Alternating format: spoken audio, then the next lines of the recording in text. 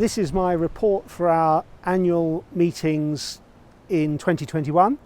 It mainly concerns 2020, but obviously brings us up to date and looks ahead. On the surface, 2020 was a pretty bad year for the church. We actually did meet on 30 Sundays, I've totted them up, but it was so broken up into bits that it felt like rather fewer. We were virtually unable to socialise, and we all know the restrictions we were under. It was tough, and it's not over yet. But I feel actually that we've been blessed in that time, and it's right therefore to ask how God has blessed us in those tough times. What, we might ask, has turned out for the good? I happen to think that the answer is rather a lot. None of it makes up for the misery suffered by bereaved families, and our hearts go out to each and every one of them. None of it makes up for the financial hardship that many families have suffered, or for the stress and loneliness that others have endured. But nonetheless, by God's grace, some good things have come to St Andrews during the pandemic. If we had known in advance what the pandemic was going to be like and had been able to plan, I think we might have set our aims as a church rather low. We would have said, I guess, that we wanted to keep people safe and in touch with each other, and we wanted to keep the church going. But as a church community, we have far exceeded those basic expectations. Some of the ways in which that is so are obvious. We are now, for example, competent and confident about putting videos online, and there are a great many members of the church who've got through the technicalities and been able to contribute. Those will be skills that we will use going forwards without a doubt. Our social media and our understanding of how a church can use social media is now way better than it was. Our pastoral care team found itself able to cope with and get over the huge logistical challenge of keeping in touch with a large number of people. Our choir, made to sing in a socially distanced way without your friend next to you helping you and you helping him or her to find the right notes, have improved and gone from strength to strength. Knowing that there is no scope for congregational singing, our musical choices have, I think, been freer and more innovative, encompassing a vast range of styles. Our planning and execution of new things in general has become more nimble, moving faster from idea to action. Zoom meetings and groups are now a fixed part of our repertoire, and although there are obvious downsides, there are great benefits in that too for many people. I might add that we have almost got our Wi-Fi, so though it pains me to consider putting it in the good things group, there's no doubt that getting Wi-Fi into the building is a good thing and will be useful in lots of ways going forwards. There are good things that have come during the pandemic. These good things have come at a cost, of course. Those among you who have contributed time and effort to keeping the church going will know how hard it has been. Every single activity has been more difficult than in normal times in all sorts of little ways, but adding up into real problems. That has been tiring and frustrating, and has increased the workload for those leading the church beyond all recognition. I don't think that any church wardens, for example, will ever have had to work as hard as Mary and Alistair this year, with the constant demands placed upon them. For my part, I'm hugely grateful to them both, but as Mary is retiring from the role now, it's right to record my admiration and respect as well as those thanks. Mary is not just hard-working and multi-talented, we all know that, but she's wise as well. She has also a marvellous directness and honesty, which she has sometimes had to use to bring me back into line. I've really appreciated the way that she's gone about the job, and it has been good working together. Others need to be thanked too. John Bryden has been tireless in keeping St Andrew's musical tradition alive and kicking, and the choir have responded brilliantly to his lead. Joan King and then Mary Cooper coordinated our pastoral care efforts until very recently. Mary Cooper and Chris have kept the church clean and the grounds in good condition. Others have helped too, but they've borne the brunt of it. Gillian Sanders was willing and flexible, and I couldn't have managed without her. Zoe Clayton has used every possible stratagem to keep our youth work ticking over. It's been really hard. Chris Bow, Sue Brown, Lisa Mcgregor and Claire Kerr have managed our finances impeccably with their various roles. Stephen Brown has kept the necessary work going on the fabric of our buildings, again, amidst all the restrictions and difficulties that there have been. Francis Richardson made marvellous new links with neighbours and started a street service, which developed into a low-key but wonderful church service. Sophie Berridge has moved our eco-church project forward despite all the difficulties we've faced. And Claire Kerr and Peter Green have fulfilled their various roles as verger and sacristan admirably, and kept those sides of our worship going. Felicity Cook and the Messenger team have stepped up to the plate in bringing the Messenger into a new phase of life, and my sincere thanks go to all of these for all their efforts. They've been wonderful. And to all of you, my sincere thanks for the contributions you've made in other ways too that I haven't mentioned. I really am truly grateful, and so are we all.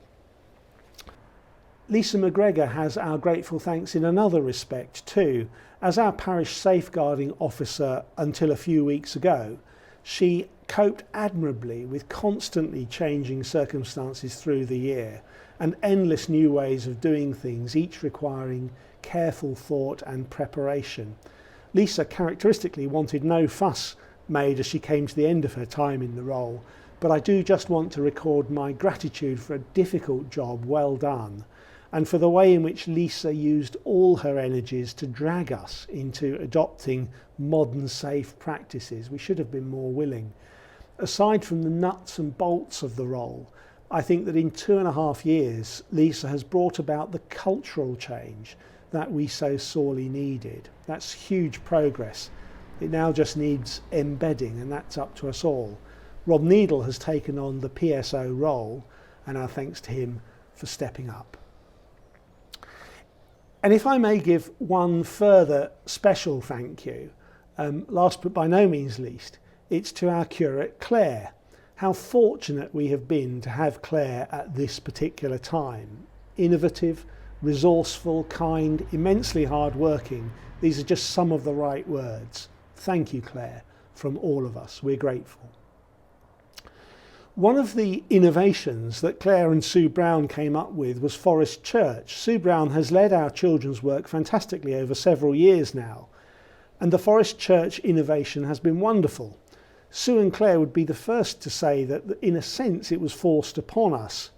Last summer, when we opened up services in the church, we simply could not ask our toddlers and young children to sit still through services in church where any movement around the church ran the risk of spreading infection.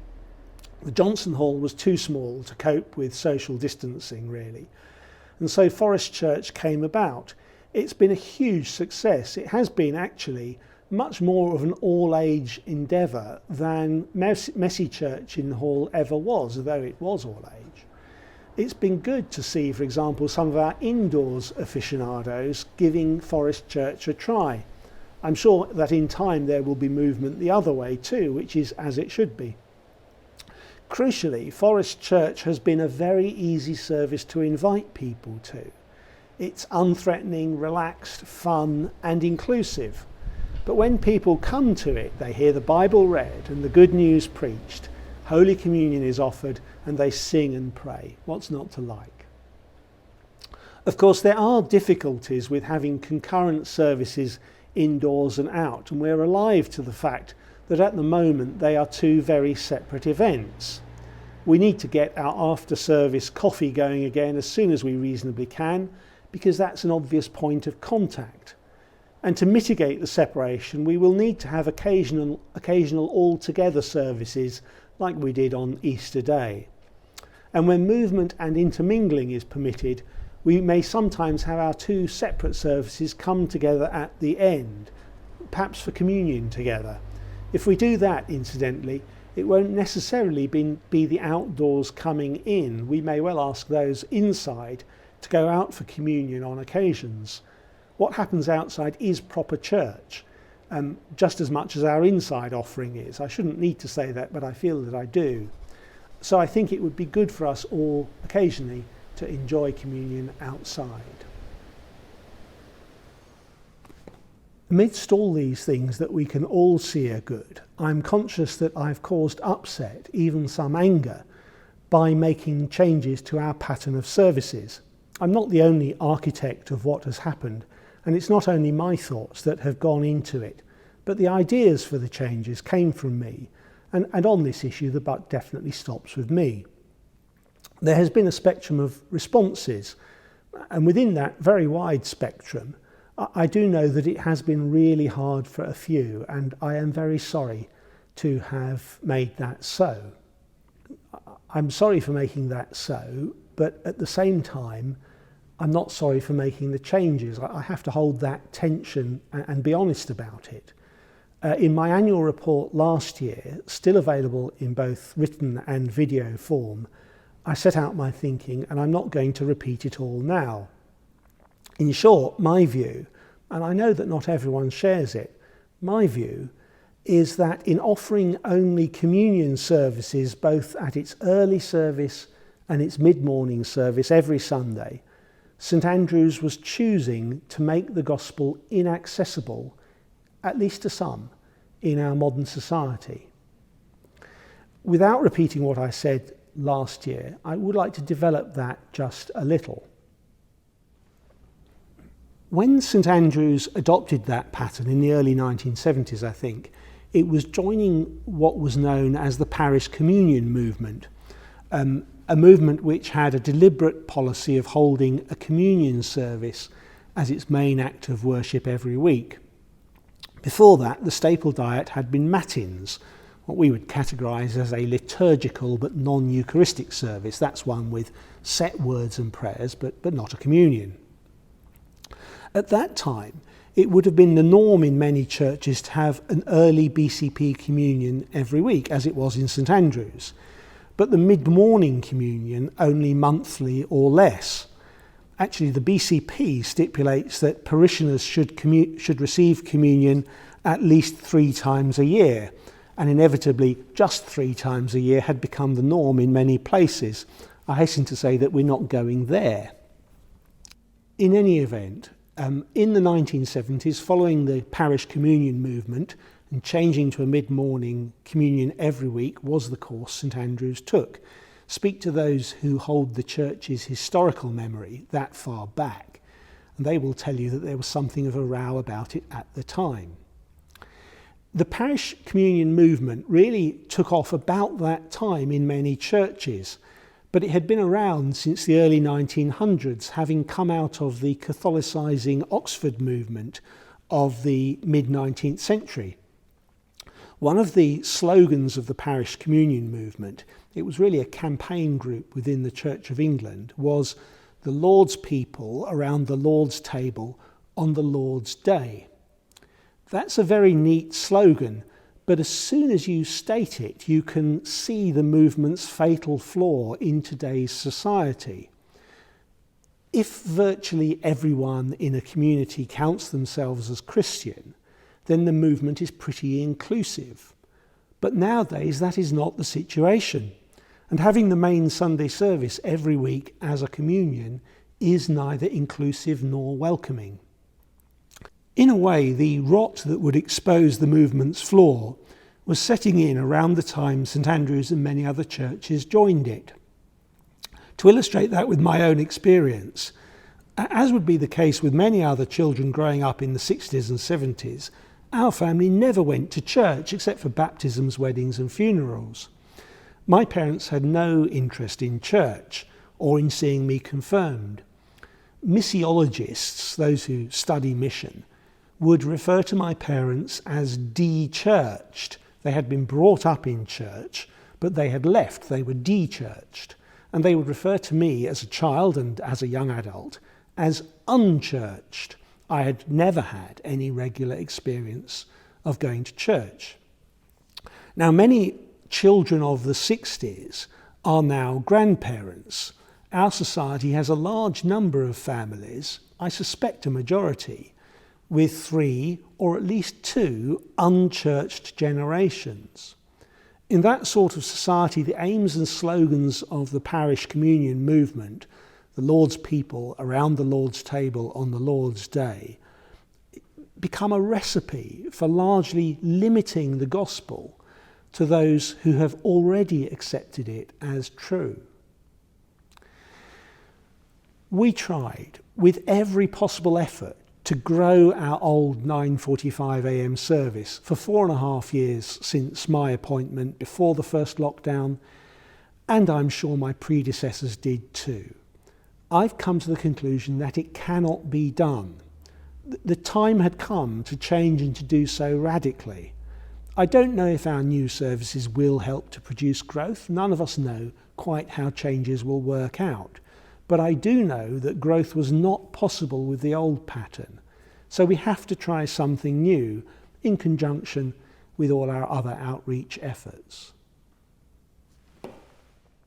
So what is our pattern of services going to be? Well, the first thing to say is that it will evolve over time. These things always do, even within the previous relatively fixed framework they did. In particular, we won't really get an idea of how the pattern is working, what the precise content needs to be, and what tweaking is needed until we can meet again without restrictions and do so for a period. To give one example, the music at our 10:30 services at present is quite performative. That's what we are allowed. But the time will come when we have to adjust what we're doing to ensure full congregational involvement. Secondly, we don't yet know how our afternoons or evenings will develop. We're planning our first evensong for 6th June, and I would like it to return as a monthly event, robed, traditional, formal, as it was before lockdown. But we do need to go at a pace that John and the choir can manage. Connect, too, is yet to return, but discussions are ongoing, so there's uncertainty over afternoon and evenings. In the mornings, however, we now have something I expect to be a good working framework. Each week we will have a 9 a.m. communion service which will be formal and robed. If those things help you to worship, the 9 a.m. service may be for you. This service will use the Book of Common Prayer on all except the 3rd Sunday of the month. On that day it will be a common worship service. Whenever possible, the intention is that the choir should sing at that 3rd Sunday 9 a.m. service. Now, if your preference is for a traditional sung communion following our standard common worship liturgy, that service is for you. The first of these sung 9 a.m. communions will be in May. The first likely deviation from that pattern, I said things were difficult, and this illustrates how fragile the pattern is. The first deviation will follow hard on its heels in June. Bishop Stephen is coming to the 10:30 service that day as part of our Living in Love and Faith series. And so the choir will be at that service.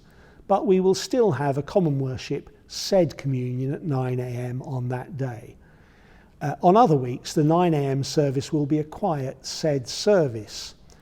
Now that the early service has been moved from 8 a.m., a number of new people are trying it. I hope they'll find it to their liking and that you might give it a try one day too. As for the 10:30 services indoors, the general pattern will be that the first Sunday will be a common worship sung communion and the others will be services of the word. Festivals and holidays will inevitably disrupt the pattern, but that is the basic idea. The service of the word, incidentally, is a standard Church of England service. It just hadn't been part of our repertoire here. But it's one with minimal liturgy and great flexibility. The choir will sing at those 10:30 services, save on the 3rd Sunday of the month. On the 3rd Sunday there will be music, but it will be a bit skeletal to start with. It won't really come into its own until we can have congregational singing. This should, the third Sunday 10:30am service, should become a service at which congregational singing of great hymns and worship songs will be at the core, but we will need to be patient to develop that fully. When there are fifth Sundays, 4 times a year, we'll do a variety of different things. In May, the fifth Sunday coincides with Trinity Sunday, and it seemed right that we should celebrate that, one of the church's so-called principal feasts and holy days, with a sung communion. So that's what we will do. We will always try to celebrate those important days in that way, even if it means juggling our pattern a bit. In any event, whether or not it is a communion service, the 10:30 service will be less formal than the earlier service, without processions, robes or unnecessary formality. The feel of it will deliberately be quite different. And of course, as well as those indoor services, we intend to continue with Forest Church twice a month on the first and third Sundays at 10:30am, a communion service and a messy church service respectively. I've already set this out in detail in an email, but I know not everyone is able to read them or wants to do so. So I hope that this further explanation helps understanding and in some instances alleviates fears. I believe there is going to be something for all tastes, or at least as wide a variety as we can reasonably cater for. As I said, I know that not everyone is happy about this. A handful have left, and I'm sorry to have lost each and every one of them. I really am. Any who want to return, we warmly welcome back. That actually makes me even more grateful to, and for what it is worth, impressed by, the perseverance of those who I know are equivocal about the changes, but are prepared to give them a go. Thank you for your patience. Thank you for being prepared to try something new that you don't particularly feel happy about, but for the sake of others. What has been apparent in the discussions we have had is that our different ideas about what services should look like are often related to different and frankly more important ideas about what a local church is for. Those attending a church, me included, know that church meets some of our own needs. That might be a spiritual hunger or a search for truth or such like, one of the things that priests like to talk about. But it could equally well be anything as varied as friendship, the alleviation of loneliness, or finding peace in a busy life, an opportunity to feel useful, a chance to take responsibility, a chance to serve others, and so on and so on. All those reasons for liking attending a church or liking particular services are fine and valid, but most of them do not really get at what church is for. They're good byproducts, really good, but not the key purpose. You'll have your own thoughts about this. Some would say that church is primarily a worshipping community or a place of fellowship, for example. But to my mind, if it is to be narrowed down to one thing from which all these other good things flow, the purpose of the church is to bring the good news of Jesus Christ to as many people as possible and to make them disciples of Christ. That is our Lord's Great Commission in a nutshell. All discussions around the pattern and format of services needs, again to my way of thinking, to be considered in that framework. We have asked, how can we genuinely be a church for the whole community? And it's the same thing really to ask, how can we bring the good news of Jesus Christ to the largest possible number of people? And that framework does not just apply to services, it also applies to our pastoral care and to all outreach activities. When we return to the topic of refurbishment of our church building, it's that purpose that we will have to have in mind. It will apply to the challenges we're going to face over the next year or so. Things like reducing our deficit and how to engage with deanery pastoral planning.